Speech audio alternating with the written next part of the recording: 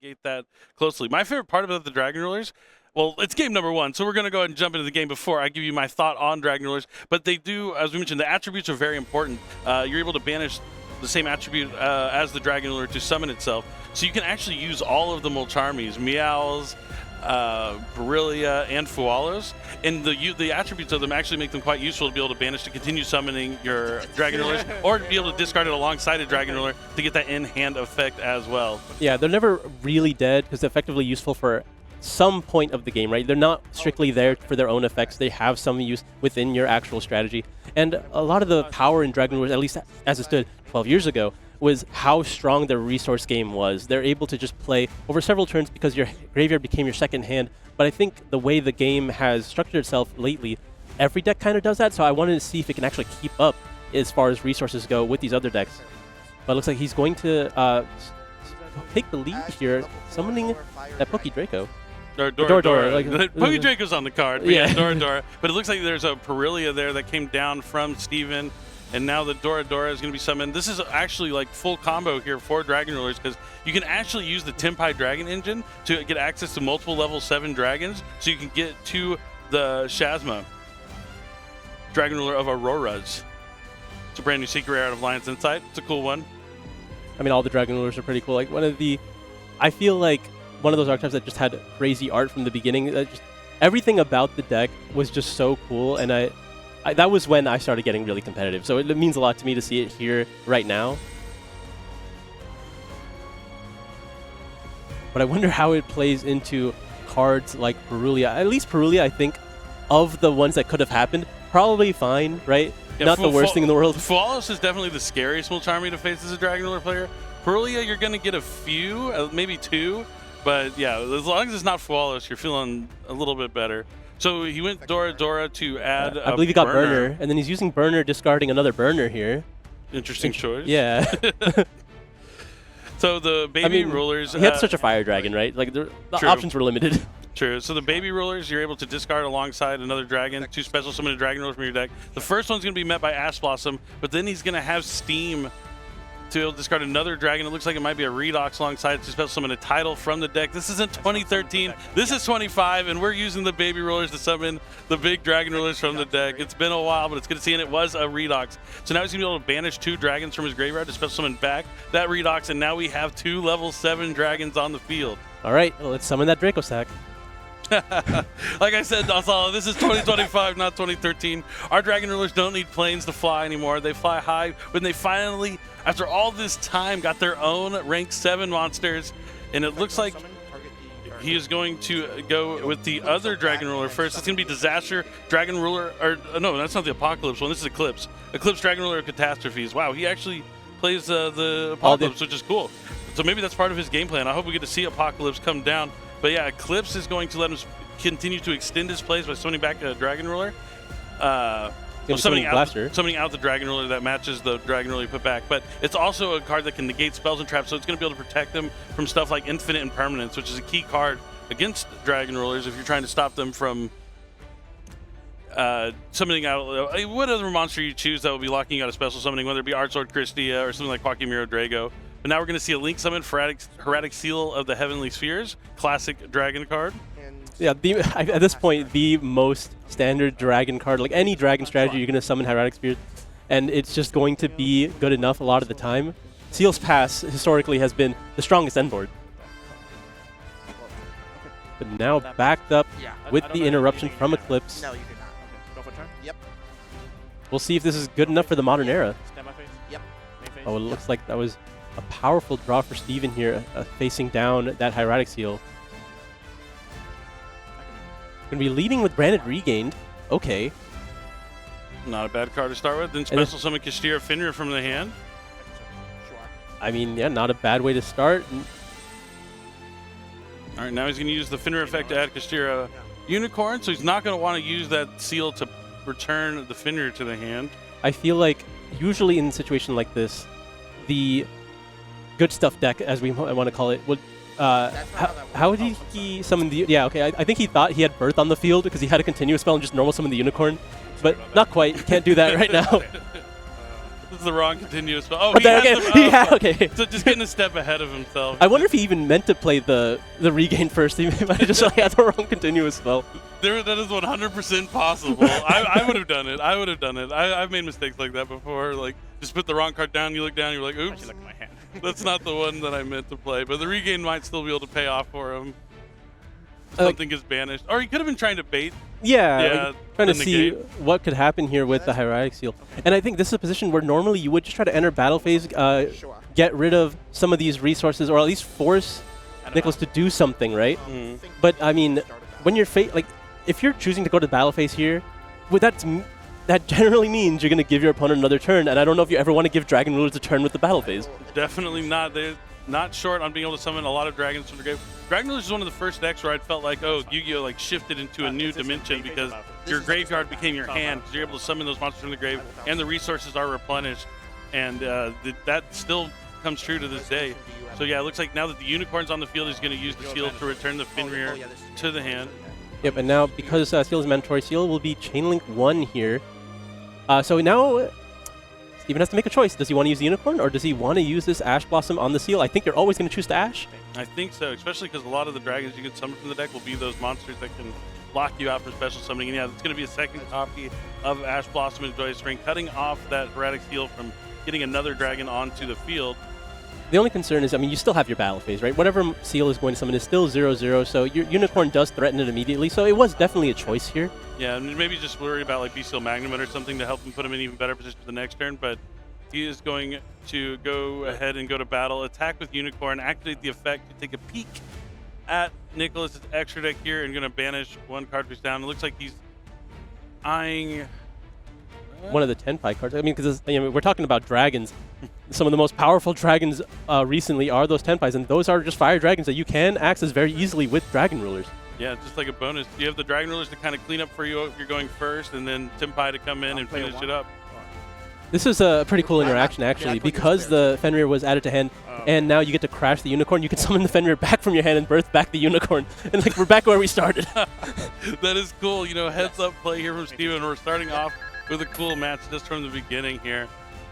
And let's see if that is exactly what Steven's going to do. We do see the Fenrir come down again, and then here comes the birth to bring back the Unicorn, but it looks like he might be We're using the Chasma, or like the Plasma, Eclipse. Eclipse. Yeah, Eclipse. Yeah, they got a lot of new names, a lot of things to keep track of, but this is the Dragon Ruler of Catastrophes. That is what he's trying to have for his opponent right now, a Catastrophe for sure. And now he's going to just pass, standing on a Unicorn and a branded Regain. Not a lot in terms of defense. I mean, it's a Fenrir. It's a Fenrir. Like, the Fenrir's fine in this position. I mean, he did have to lose the Eclipse, just activating it to stop the birth here, which I think was worthwhile. But now you do have your graveyard available. Oh, that's grass! What's the difference in count? We're already 2 ashes down, I think. This is going to resolve. This is, I feel like I'm playing Master Duel, because every time like I'm playing Master Duel, I'll like use Ash Blossom and like a branded fusion or something, then the grass always falls. But that grass looks greener. And we know that was straight from the top. Oh yeah, he would have used that turn 1 for sure. This is going to send the difference in cards of the deck to the graveyard. 1, 2, 3, 4. Okay, there's 1. 5, 6. I'm not gonna go all the way up, but it's 7, 8. It's a lot. I think they said 16 maybe. But filling his graveyard full of Dragon Rulers and plenty of materials. We see that Quackimiru Drago, which is what probably would have been Goliath. summoned. Okay. Oh, Morpheus Goliath, big fan of that card as well. But now his graveyard is full of fuel for these Dragon Rulers, and we see he's gonna be able to summon enough to finish the game. Another cool aspect of using like the Tenpai Dragon cards alongside the Dragon Rulers is at any point you just banish Blaster to summon one of your other Dragon Rulers. Anything on Bam! There's your Tenpai Dragon engine. You're able to search for a Fire Dragon. I think we even saw like pure Tenpai Dragon decks playing Blaster, the Dragon Ruler of Infernos in their deck as well before, but it's really cool to see these two strategies work well together. Yeah, a lot more efficient when you're able to banish Blaster for actual Dragon Ruler effects and just be able to generate more bodies to actually like pose a threat to the field and then eventually end the game with the one monster you search. Probably going to be like even again Roku here to just not even commit your normal summon. Yep, and you see immediately, he doesn't have to think about anything, but he's gonna, I know I'm going to banish this Blaster. Redox is going to come out in defense mode. Has to be cautious of that Crimson Blader. Oh wait, no. We're 2025, not 2013. I mean, both decks have only been summoning level 7 monsters so far. Crimson Blader could make a comeback, I'm just saying. Dragon monster. Not every deck's going to leak summon. Just most. To 7. Most, if not all. But yeah. But yeah, so he banished the 2 dragons for Redox, and now Blaster is going to allow him to add a fire dragon. He looks like he's eyeing Dora Dora again. Dora Dora, okay. Opting for a bit more of a high impact summon. I guess this deck doesn't really have a normal summon outside of Dora Dora. Dora Dora or Hydra. I like Hydra too, but Dora Dora gives you access to Hydra. I love Dora Dora. It's kind of like Snake Eye Ash, but for Tempai Dragon. But next up, it looks like he's going to have Tidal come out. He's going to banish Super Aurelius. Yes, see, there's that value you get from playing the multi armies. You can actually play all 9 in your 60-card Dragon Ruler deck and utilize them if they're sent to the graveyard with something like that grass looks greener. I know a lot of players are choosing to play all 9 anyway, independent of having Dragon Rulers in their deck. So, you know, getting the maximum value here. And there is the Fenrir at Resolution going to be able to banish that title here. Getting rid of an attacker at this point, right? Looks like that is going to be the case. I don't know. I mean, I might have waited, but I guess he was worried like he's going to go into a rank 7 that's going to deal with the Fenrir anyway, so he might have worked up. But it plays into triple tactics thrust. Well, I mean, now even we'll have full knowledge of Nick's hand. But maybe you get Talent Draw too, yeah. Or Talent Take. Talent Take, that is a level 7 monster. Yeah, he just has to get 8,000 damage on the field now. And it's not hard, right? Yeah, it should be pretty easy for him. And Dragon Rulers might be moments away from taking game 1 of our first round here at YCS Providence. I think he's just going to look at his hand, right? Just to, like, because all he has to do after that is just normal summon the Dora Dora, and then... Sure. Yeah. Okay, it's gonna. Oh, it was another copy of Fenrir? Yeah, because he didn't know that. He did not know that. Okay, because the first Fenrir added the Unicorn. So now, if there are any other Dragon Rulers that he can use, he can opt to do so, or he could just normal summon the Dora Dora and then do all the Tenpai Dragon things that we've seen so many times up to this point. Yep, it's up to him to navigate his way to victory now with representing Bucky's there on his shirt. Dora Dora is going to let him add a Fire Dragon. Like I said, this is similar to Snake Eye Ash, as Genroku is similar to Snake Eyes Poplar, if you guys remember those cards that I think everyone loved all of last year. Yeah, everyone loved them. Oh, yeah. Freshly semi-limited. Master Duel players still love them, I think. Oh, yeah, hey, they're not bad. I think there is like a Snake Eye deck out there that's not too bad, even though not having original. I mean, normal summon Snake Eye Ash is still normal summon Snake Eye Ash. That has not changed in what it does. Very true. We have the Dora Dora, grabs the Genroku. Not even going to use the Genroku effect to go for Hydra, just go straight into Biden. There is a Genroku in the grave that has been sent to the graveyard after Grass Greener resolved. That's going to be able to summon back the Genroku here. Yep, Fadra comes back from the Biden. Fadra brings back Genroku. Chandra, who? I assume we're going to get to Chandra eventually, but... Yeah, you can still use the Genroku effect. You don't want to fumble at the... Oh, he can still go into Shazma here, and Shazma gets in Tempest to grab him another Dragon Ruler if he so needs to. I mean, the needs to is truly the question here, right? Yeah, when I get in these kind of positions, I'm just trying to figure out how fast I can get to 8,000 damage using... Okay, 23 Shades of 2013, and number 11 Big Eye coming down. Oh, no, he's locked into Synchros. Okay. I was about to say, this ain't 2013. He keeps trying to fool us, though, but no, we're in 2025 now. This is an all-new kind of Dragon Ruler. I will attempt to use Genroku. But this is what I'm talking about. You don't want to fumble at the 1 yard line. Like, you need to figure out how you get to 8,000. You're in the driver's seat. You got nothing to worry about. Just realistically doing too much here. Like, we know that Chandra attacking has been enough to end the game. So let's just get that Chandra out. And maybe he just summons the Redox in defense mode out of habit, but that would also happen back in 2013 in Dragon Ruler. I mean, okay. What is the... I will attempt to enter battle. I'm wondering if there is a restriction on... You can still make Trident with it, right? Yeah. So it's like, it's not not... a big deal. It's just a little less damage, but less damage when you already have enough. Realistically, this is not going to be a problem. Eventually, you're going to synchro with this Biden here, and it's going to come back, and that's all it's really going to take. Yeah, Trident, even if you just summons, attack, synchros for Trident Dragon, destroys 2, attack, that's enough also. There are 0 cards on Steven's side to prevent this from happening, so... You gotta make sure you put that cap on the pen before you're about to use it again. But I appreciate it. You gotta make sure the ink doesn't run dry. Yep. He needs to make that last. I remember I had a pen since 2017, and I tried to make it last as long as I could. Maybe that's why all my pins are always dry. I refuse to put the cap back on. No, I know my opponent's about to take damage again, so we gotta keep. Interesting. You know, I'm also more of like, these are also the times if you're in a tournament, you want to consider like conceding just to save time because, you know, the clock isn't always your friend and you don't want to end up going to time. And even though Steven knows it's over. I think he just wants to see what where other it's options. going. Yeah, like at this point, I mean, what he's seeing here is just Tenpai. But like, it's still good to know if you're playing against a deck that maybe you're not familiar with to see how they're going to like finish the game. Is a big deal, and especially after maybe he made that slight misstep trying to overlay for the big guy. Like, wait, maybe he will, you know, drop the ball here at the very end, and there's a chance. So there is a merit to saying a reason not to concede, but even just sitting on just a branded regain, like I don't know if there's even a draw, even if he leaves you with some life points that'll get you back into that. yeah, exactly. Now I think it's more so how fast they can finish game 2. If Steven wants to have a chance at winning game 3 here. Yeah, definitely. Now, unfortunately, going into the side deck, even though Dragon Rulers are probably flying under the radar a little bit, a little unexpected in the tournament, there are some side cards that line up really well into some of the top decks of the format that also hinder the Dragon Ruler strategy just slightly, just a little bit. And it's going to be that Artifact Lancia, which has been one of the most popular cards in players' side decks over the past 3-4 YCSs, ever since the release of Crossover Breakers, so maybe even more YCSs than that. But yeah, Artifact Lancia, notoriously good against decks that need you to banish. Yeah, I mean, you still have access to the Tenpai Dragon side of your deck. True, true. So there's definitely a lot more that you can do compared to, let's say, Malice. But even Malice now has a lot more options available because of the help of the Out-of-Nisters. Yeah, definitely. You have a way to at least produce like a board as opposed to just having to pass, which is useful. So yeah, you say Artifact Lancia, still something you want to have in your side deck, but not as game-breaking as it felt like as it once was before Alliance Insight was released.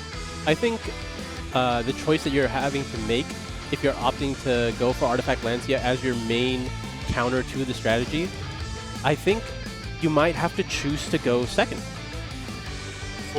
Just let the Dragon Rulers go first again? Yeah, and especially if you're going to have the Charmies in your deck, if you're going to have Lancia in your deck, and you know they're playing Tenpai Dragon cards. Maybe you just have to like put them on, okay, I will be able to stop the Dragon Lord half of your deck, put you on maybe a Seals, and like that's enough. And then I'll be able to play into that. Yeah, definitely. I mean, he only had the Perilia there which did nothing pretty much. But yeah, if you're going to face down a Miltarmia's Dragon Ruler, that's going to be the one you want to face. But yeah, you draw that Lancia, that Fualas, you can deal with just the Seal potentially. I just don't know if there's enough that you are doing as the Kashtira Fiendsmith player that's going to be able to stop what the Dragon Lord deck is doing into you. Okay, I looked at him watching them side deck here, and you can't see, we have a different camera angle, but he was going through his side, and I saw the Lancia still in his side deck. I'm like, oh, maybe those are cards he wants to include in his main deck, but I think he went through his deck first and decided what he was going to take out, and now he's putting in his side deck. That's fair. I mean, this is an interesting position, right? Because you can have a large number of cards to be able to put in, but if you, I mean, probably didn't plan too much to play into this matchup. This is not expected to be one of the most popular decks of this tournament. So maybe you didn't prepare what it is that you were actually prepared to take out of your deck. So he wants to see how many slots he has available and then prioritize from there. Definitely. That seems to be the case for what he is doing. Down one game, not out, but you have to feel good if you're Nicholas. I mean, coming in with the deck that a lot of people didn't know that they might be facing in the tournament, even though the Dragon Rulers are it's brand new. When it's a brand new set, not only do you have to get the cards for that new set, you have to like practice against those cards as well. And I know a lot of people went to the premiere event at their local OTS in the past week, so they were able to get their hands on the cards a little early. But it's still cool to see one of these strategies that just came out being represented here at YCS Providence, Rhode Island. Yeah, the surprise factor is definitely going to be something you want to take advantage of, especially these early rounds where your opponents are not very likely to know what your cards do. I think a lot of players, especially because, I mean, they are Dragon Rule cards, everyone knows that they exist, but they didn't really take the time to learn how they interact with other cards and just seeing how far it could go in an actual competitive strategy. Yeah, definitely. I hope we get to see some in Top Cut. I think if you feel like one or two make it, maybe if we're lucky, to the Top Cut, but Nicholas is going to be the one who wants to try it. But right now, Steven is really going to try and even out this series.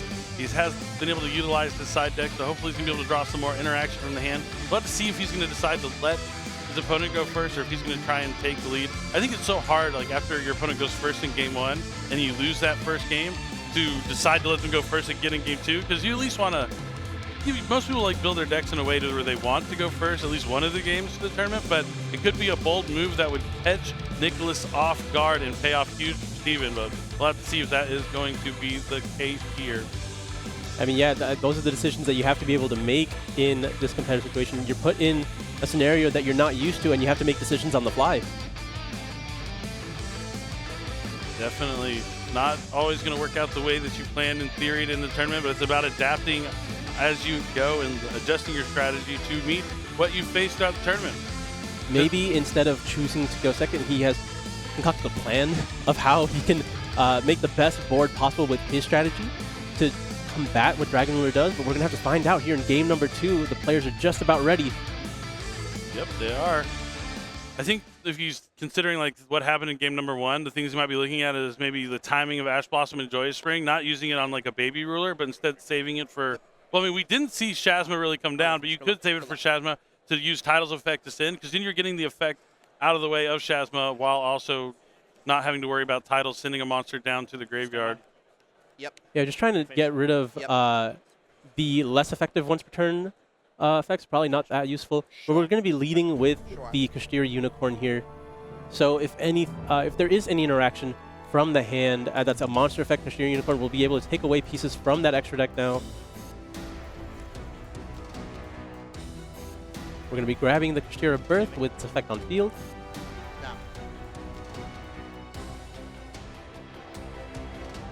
All right, not a bad start here for Steven. Sure. Birth is activated. Let's see if he has the Fenrir to follow up. I would like to see some non-Kashtira cards. We're going to be normal summoning that Ash Blossom. All right, Baron de Fleur is forbidden. Yeah, I had to like think about that for a second. Like, could be Chang Ying, but it looks like maybe Mulcharmy Wallace is going to come down here for Nicholas. He looks like he's thinking, and it is going to be the Mulcharmy Wallace. yeah, I mean, you gave up the Ash for it, so let's. I mean, given I don't think you were really going to. It's probably only going to be one draw, right? Realistically. Yeah. So you were never going to Ash Blossom it anyway. But now Steven has a choice here. He can go after the extra deck. Will he go after one of those new Dragon Lords, or will he just focus on the Tenpai card? Looks like he's going for that Biden. If there's only one copy of Biden in there, that could be really strong. But it looks like instead he's opting Transcendent. for Transcendent here, which is usually a one of. But no, instead of Baron, I mean, if the Wallace didn't come down, Steven here could be looking to make Moon to the close heaven, but now that would be kind of scary to go into. So maybe something just like an SP Little Knight. Yeah, looks like what Steven is considering it, just an SP pass, perhaps. No, you can't go straight into Requiem. You'd have to go into Moon into Requiem and give them 2 draws, and then another draw off the Requiem summon. That would be a bold decision. Maybe you could consider, he's playing that grass. The more cards he draws, less cards he has to send to the graveyard. Okay, so well, skipping a step. Yeah, I wonder if he's going to rethink his situation here. Yeah, like giving up 2 draws is rough here, but I think because you have the Birth, you have reasonable amount of follow-up. You're going to Birth back that Unicorn here, and then we have some powerful trap cards, it seems. Birth, yeah. Birth is going to summon back that Unicorn in defense mode, and looks like we're just going to be passing back, giving 1 draw for the Willows here. I will draw the turn. And we'll see how Dragon Ruler is able to potentially play into this field. I mean, the field itself is not very threatening, but there are 2 sets there, and set cards, generally post-side set cards are some of the most threatening cards you can find. Oh yeah, could be some of the Solemn Crafts, but all right, finally we get to see Spectral come down here. He's going to discard it alongside a dragon. He's going to be able to add 2 Dragon Rulers More dragon to add 2 dragon rulers. from his deck to hand. Any 2 Dragon Rulers, so that means you can get a baby version of one with a matching attribute of one of the big rulers of the other one, and that will access you more of your attributes that you need to be able to summon all of your Dragon Rulers. Yep, getting as many names online as quickly as possible. Really setting up your resource engine here. Looks like we're going to be adding Tempest. And imagine if Spectral was out in 2013. No, I don't want to. There's just more cards you draw. It's like 2 additional cards you get from Super Rejuvenation while you're getting everything online as you go. So it looks like he's going to add React in, which will get him access to Redox. The Dragon Ruler of Pebbles.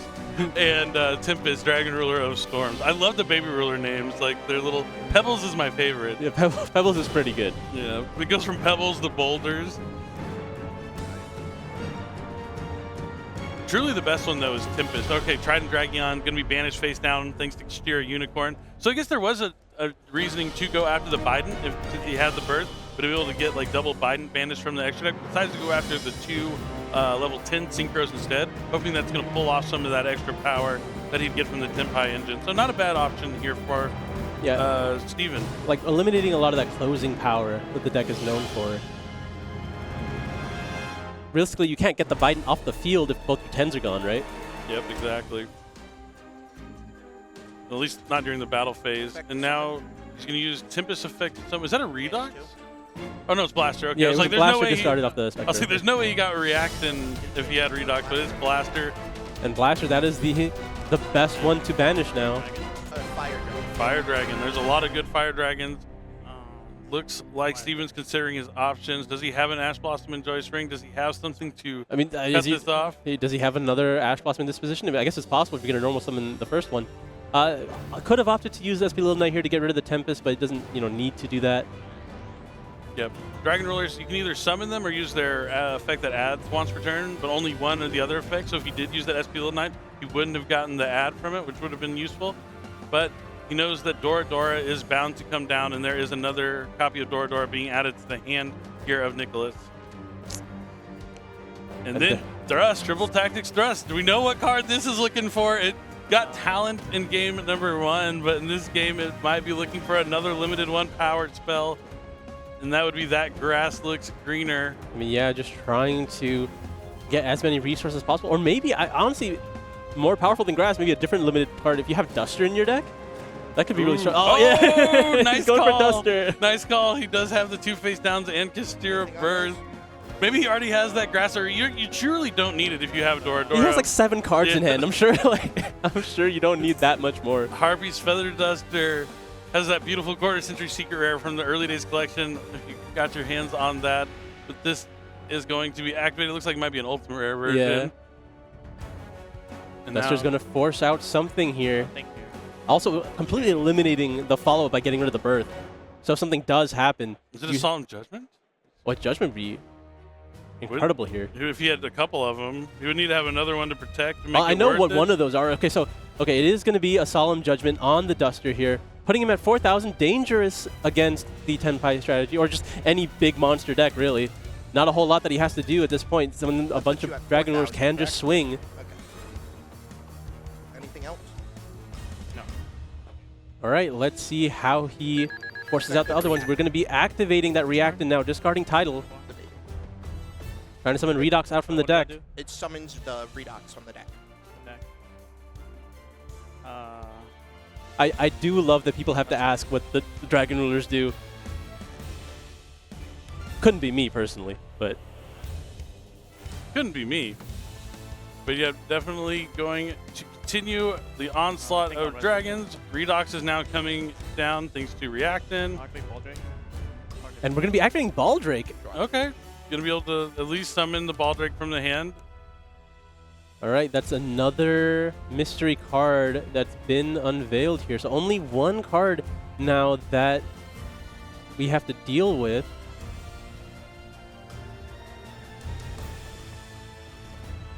I think I'll summon. And there's Shazma. Does he have a Shazma. Does he have a summon effect? No, he does not have the summon effect. I'll activate. Okay, Baldrake is going to be getting rid of the Little Knight to try to banish the Shazma, and then Shazma is going to change its effect.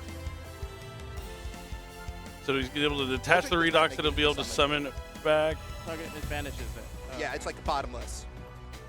So actually using the Baldrake effect, tributing the SP Little Knight to banish Yeah. the Shazma, but the Shazma is a quick effect, so he's going to be able to chain it to still resolve. Yeah, it's not negating the summon of Shazma, so he will be able to use the effect here.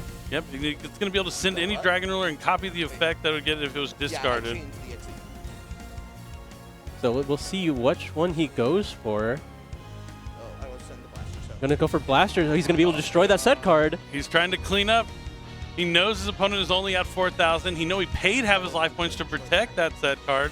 So now this doesn't target now because of how this works, right? That resolution. Yeah, that looks like Sorry. That's Steven's reading it doesn't quite understand. It's a cool card. I think it is pretty underrated going into this tournament. banished it, that's why I said. No, I was referring. No, I mean, just because you don't know what all the Dragon Ruler effects are doesn't mean, like, oh, I didn't know you could send Blaster to do this. You have to only respond to the effect. It's on you to know what the Dragon Ruler effects are. I thought it was banishing this. That's why I said it's okay. So, What? I don't know. Yeah, I don't know about that. Am I allowed to? No, you cannot respond. You cannot. I'm sorry, you can't chain your barrier. Is that what it is? It's dimensional barrier. I had no idea. I had no idea. Oh no.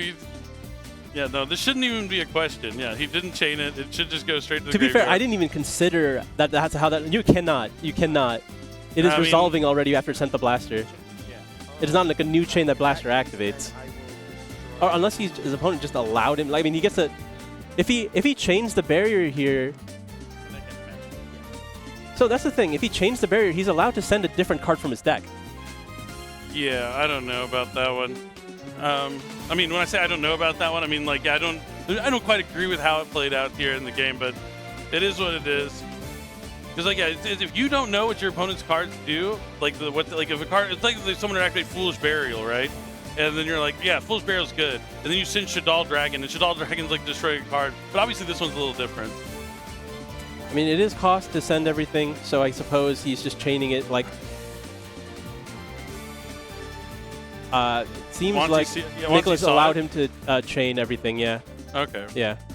I guess it did seem like the resolution was there, but it looks like the judges ruled that it is okay. So we don't hear all the player audio, so chances are that they just got a little bit ahead of themselves. So Dimensional Barrier was chained. I'm not sure what he called. I would assume Synchro, but Yeah, I think you have to call Synchro when you know that. I mean, there's Doradora in the hand. Oh, did I? But then you can put him on very few cards here. What happened here? I think he tried to summon Tempest, but he'd already summoned Tempest. Yeah, Tempest has already been activated. There's a lot of effects to keep track of in the Dragon Ruler deck, so things getting a little sloppy here. But we're gonna tighten up the screws and continue on. I mean, I think It's round one. There's a lot of nerves in the first round of the feature match, so it's okay. So please be kind and gentle. I will use summon. Looks like both players are happy. They're just trying to figure out what's going on. I think you do that already as well. No. no, he he used the effect of I summoned reacting I- to summon yeah, it. I summoned it off the field. Okay, yeah, that's fine. Yep. So this is opposition here. I think his priority know if should you be play to very get well. rid of the. Yeah. Title effect to add. Yeah, that's great. We still have a Dragon Lord that we haven't used yet. Tidal will be able to search a Water Dragon from the deck that's going to be Stream here, more than likely. Yep. The Baby Ruler. Drop droplets. Of droplets indeed. So for big dragons, I've used Not Title, waterfalls, but the Redox, little Redox, droplets. Just gonna get a little wet, and now he's going to Oh, yeah. move to discard another dragon from his hand. I'd imagine. Just use that droplet. I mean, yeah, ideally, we are just eliminating. Effect of stream summon from that. We are just trying to clear up the board here because there is no follow-up. There's no cards in hand here. I think this might be a Big Eye angle where you're not locked into anything yet because you have not used the effect of Genroku. So you can go for the Stream here, get another title, go for Big Eye, take the Unicorn, and I believe, like, if you just put the Attack. Unicorn in attack, yeah, you're able to attack over the Baldrake, and then go look at the extra deck, get some info there, and likely banish the single copy of Requiem. That could be the case. And then leaving on Steven there with no cards in hand, no cards on field.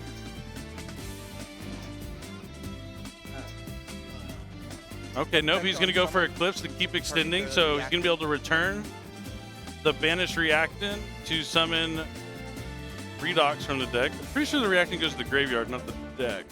But let me double check.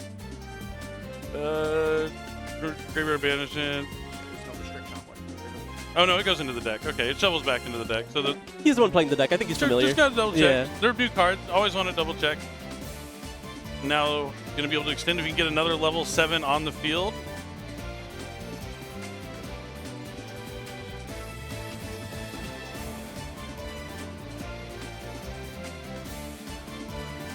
Interesting. We're opting to normal summon the Doradora here.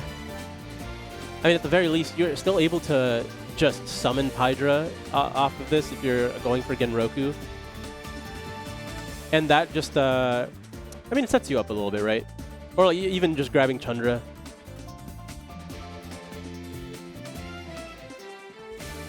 Like Chandra into Vajra will at least leave up several bodies that's really difficult for your opponent to deal with only one card, theoretically. The question is, are you able to get rid of both monsters this way? Because you're not able to synchro summon. Effect to summon. Ooh. Yep, so we're going for the Genroku. Maybe he called. No, he didn't call Xyz with Dimensional Barrier because he. I don't has think he called Xyz. Fusion, Dilly. Yeah, So yeah, this is interesting that he was summoning Genroku. Like I said, this is round 1, so this is like the first duel or match of the day for a lot of players. I like to play a couple warm-up games before a tournament starts, so I'm not going in cold. You don't want to make like silly mistakes that you wouldn't normally make otherwise. absolutely, those warm-up games can be crucial here. But I mean, this is the extra pressure from being on the feature match table. This is absolutely Nicholas' game to lose. He has all of the advantage at this point. He needs to worry about getting a slow play warning because this turn has been a lengthy one. It looks like we're going to be entering battle phase, attacking over the Unicorn here. I don't think he has a way to get over the Baldrake, which I mean is fine. It's not that much of a threat. I mean, just leaving a monster on the field, though, gives him access to stuff like Moon of the Closed Heaven coming off the top. But he's still going to be able to link into Erratic Seal the Heavenly Seers. Yeah, so let me read Genroku again. Yeah, which is the part that locks you? At all. The Genroku does when he tributes, but Only when he tributes, yep. Okay. Which, by the way, in the previous situation, he did not tribute it, right? Like in the last game? So he was not locked yet? I don't think so. Yeah, that's what I was confused by as well. Anything? yeah, I will pass. All right, we have a Seal, an Eclipse, which can negate a Speller Trap, versus a Baldrake on the field. Part of the cards here for Steven. He's going to need something off the top. I mean, you can try to enter battle phase, going to force out the Seal, put the Baldrake in the hand, assumingly, which will not be, which could be chained to try to remove something after the fact. Unless he opts to go for one of his own cards, he could choose to get rid of his own Genroku. Start a battle. All right, looks like start a battle. He's considering using the Genroku. I mean, you know, sure. I will. Yeah, Genroku for Pydra here is not bad at all. Yeah. Yep, going to tribute itself off the field, special summoning a Senpai Dragon from the deck. He's going to go for Chandra. That's also fine. Like, I think now you just use your Seal on your own card.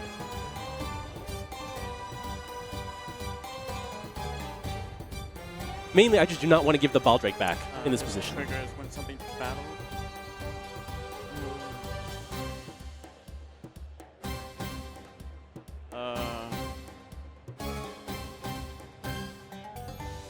Considering what he'll stack, yep, going to go after the Seal. Going to prompt him to use the effect tributed off the field.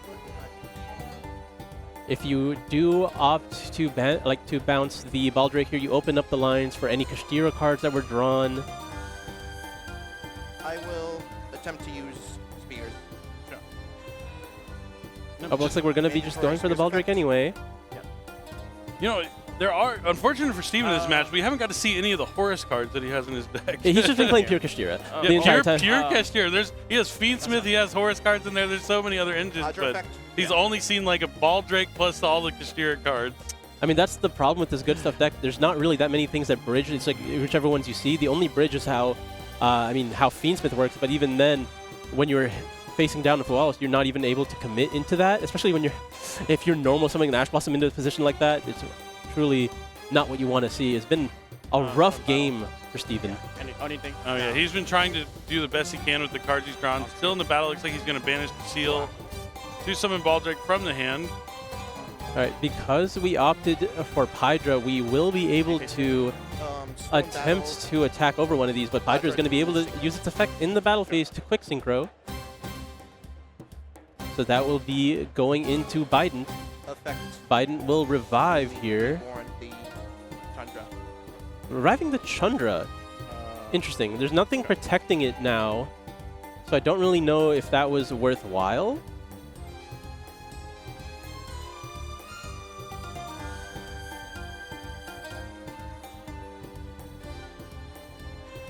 Phase 2. All right, it is another Beast Seal. Magnum Yep. is going to banish Espheal Knight, summon from the hand, allow him to add a dragon at the end phase. Yeah.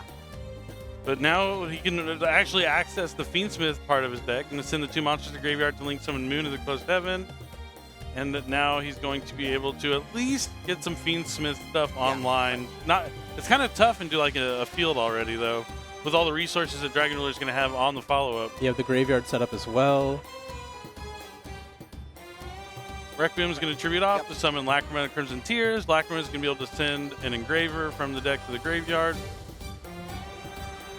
What do you think he's trying to accomplish with the Fiendsmith cards at this point? I think he's just trying to play the cards that he has the best he can. I mean, maybe he'll summon back an Engraver, clear out the Eclipse with equipping Requiem, but then he can't go into Necroquip Princess, but he can still go into Sequence and make a Desiree. Anything? Which I think, I mean, No. realistically, that's probably better than a rank 6 in this position anyway. But he equipped the Requiem to Lacrima, so maybe that's not I gonna don't think... happen. Does Engraver care where it's equipped to? Oh, I thought it had to be equipped to him, but maybe not. You can just send from the field. Yeah, okay, no, it's from anywhere on the field, yeah. So he's still going to go for the Sequence play. On the Biden. Okay, that's interesting. So correct me if I'm wrong, but Chandra is a hard one to return, right? And he had already used it to summon from deck. Yeah, Pretty sure that was a thing. I believe so. I don't know if you used the effect already, but it is once returned. The effect of Synchro Summon I don't believe is, but... Now. Okay, so the Hydra was summoned off of the Hieratic Seal, so Chandra had not actually activated its effect yet. Right, okay. right. Which makes sense why he had not opted to attack it.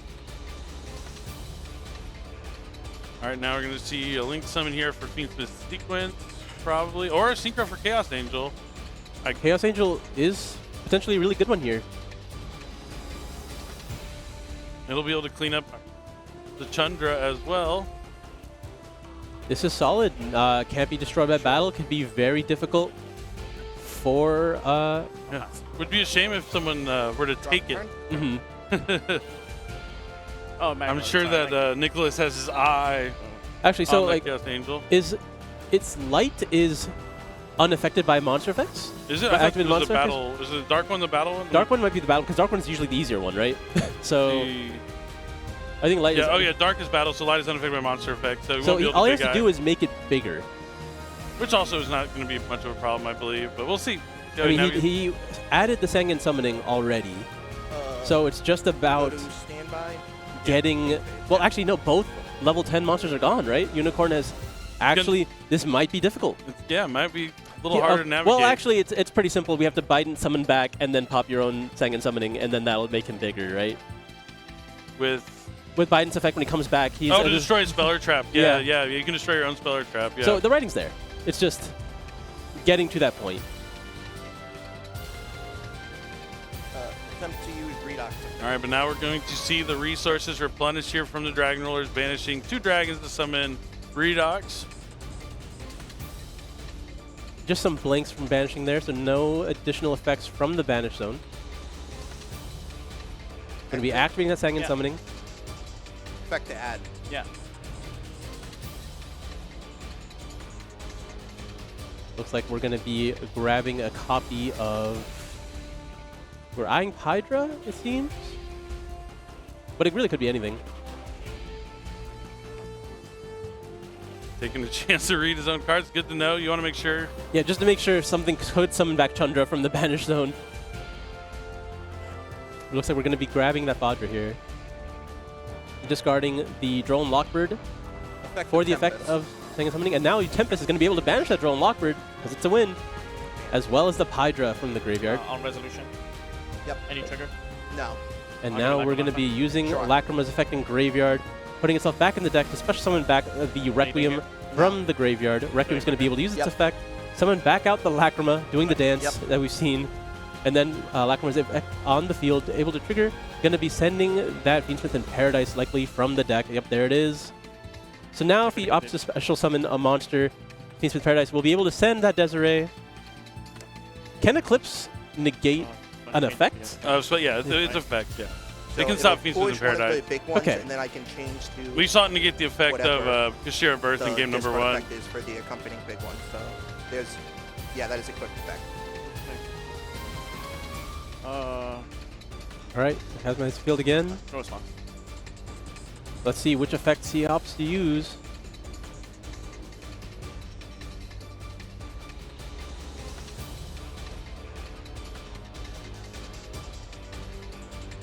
Needs to make sure he doesn't take too long. Want to keep the pace of play up. We are running down on time here as the round. Yeah, the only way he down. really could lose this game is if he takes too long. Jared doesn't find a way to get over that Chaos Angel. But with Redox, yeah, he could. Oh, he's going to. He's going for Tempest. He's trying to search. This adds any dragon, so...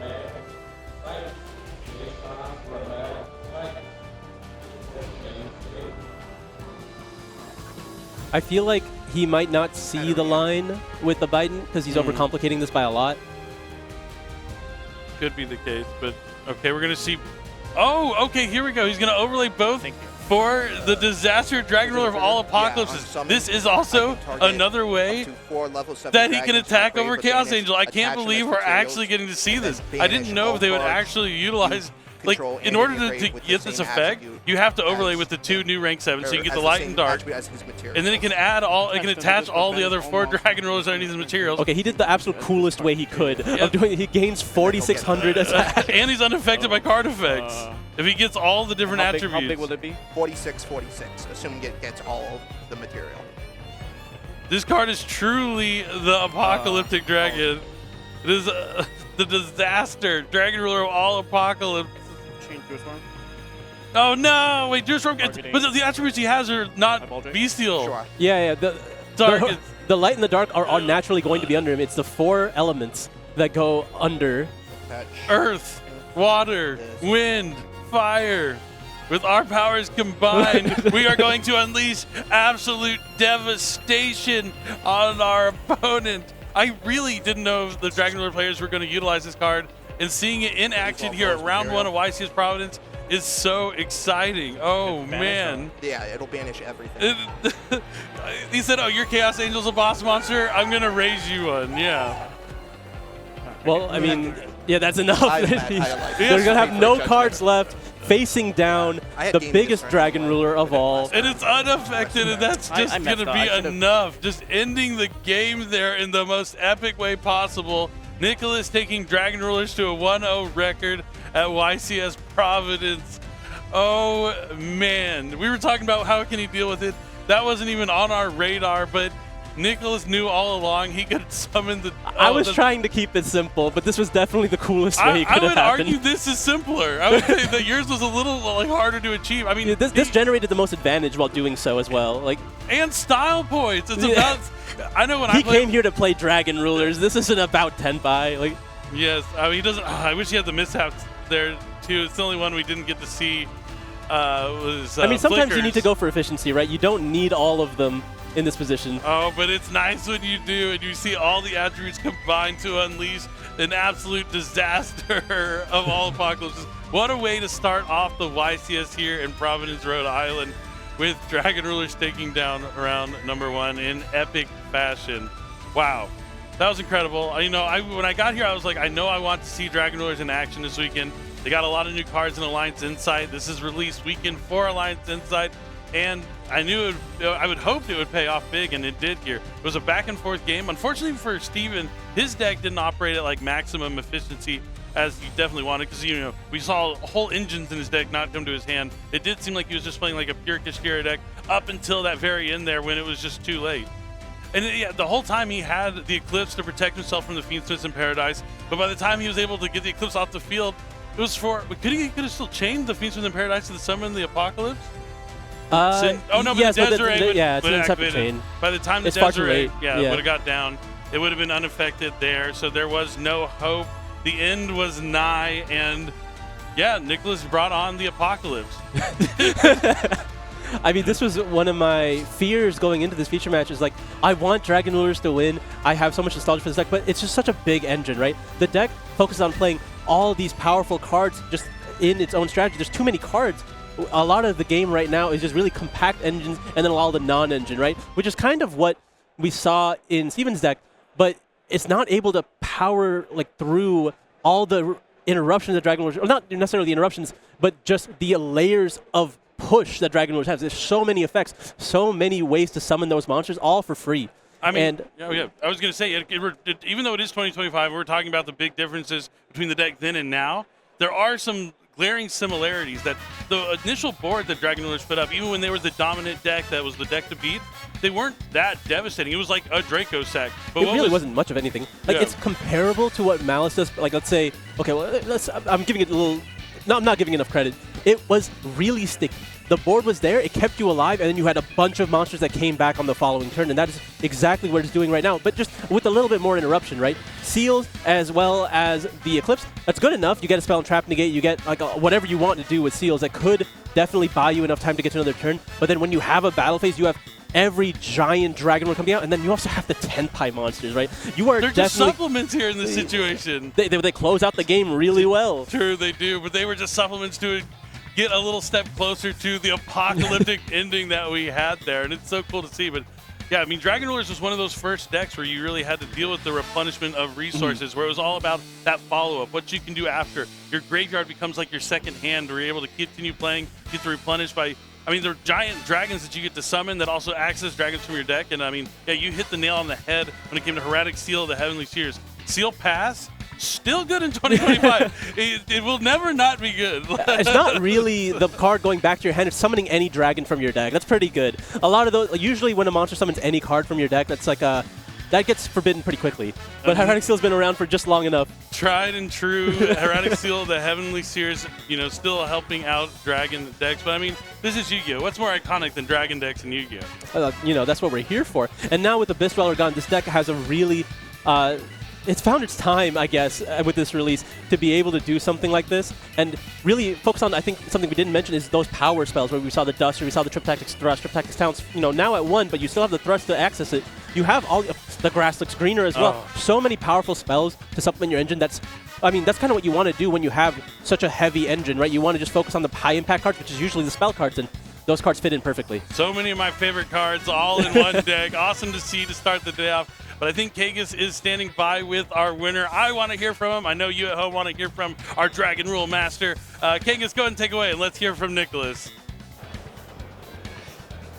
Thank you very much, Billy. I have Nicholas on stage. Congratulations on your feature match victory with Dragon Rulers. I want to start with that. Round of applause from the audience. They were going crazy for you. Why Dragon Rulers at this event? What made you want to play the deck? So for the local people who know me, I've obviously been a huge collector of Dragon Rulers. I have an entire binder that has just been filled with secrets for like the longest time. I'd been picking them up for ages. I was super happy where they all got quarter centuries. When they were announcing rarities for this set, I'm like, I hope that they're all hollow so I can get quarter centuries of all of them. Hopefully by the end of this event, I'll have quarter centuries of all the new stuff as well. But I'm really happy. I've always been a big fan of the deck. It was actually the first format I started playing was 2013 March. Prime Dragon Rulers. Tachyon had like just came out when I had started playing. My very first round ever at any local was against like the top player playing Dragon Rulers. So he just goes, Super Juve, draw 4, Draco Sack, pass. And he's like, oh man, I just lost. Because I'm on like this like terrible, like your first local ever little Timmy deck. So We've all been there. We've all been there. But now you're going to be the one doing the Dragon Rulers. Disaster Dragon Ruler, the big one. You summoned it. Did you think that you would get to use him in this event, let alone in the feature match stage? Nah, honestly, that was like I was debating not even bothering playing him, but when we were in testing, we found the deck really has no out to a Chaos Angel because all the monsters are too low to punch over it, and if it's unaffected, you can't like remove it in any way. But with Disaster, it makes a towers that's really hard to get rid of, and it can punch over Angel. So even if you're like lower on life, you can just keep punching over Angel. And arguably, the Disaster Dragon with the unaffected is harder to clear than an Angel because without like they need like an underworld goddess or something because like Malice has no answers to it. Raizio has like no real answers to it either. So they can sit on it for forever and just be fine. I mean, 46 is a huge stat line to punch over for sure. Yeah, huge body. Awesome to see that was how you closed out the duel. But I gotta say, your first feature match ever in your history. How you feeling now after picking up a win? Man, this is great. This is a great feeling. I'm excited. Hopefully I'll be back for more feature matches in the future. Hope to see you again. Thank you so much, Nicholas, for the interview. Congrats on the win. We're going to throw it back to the casters.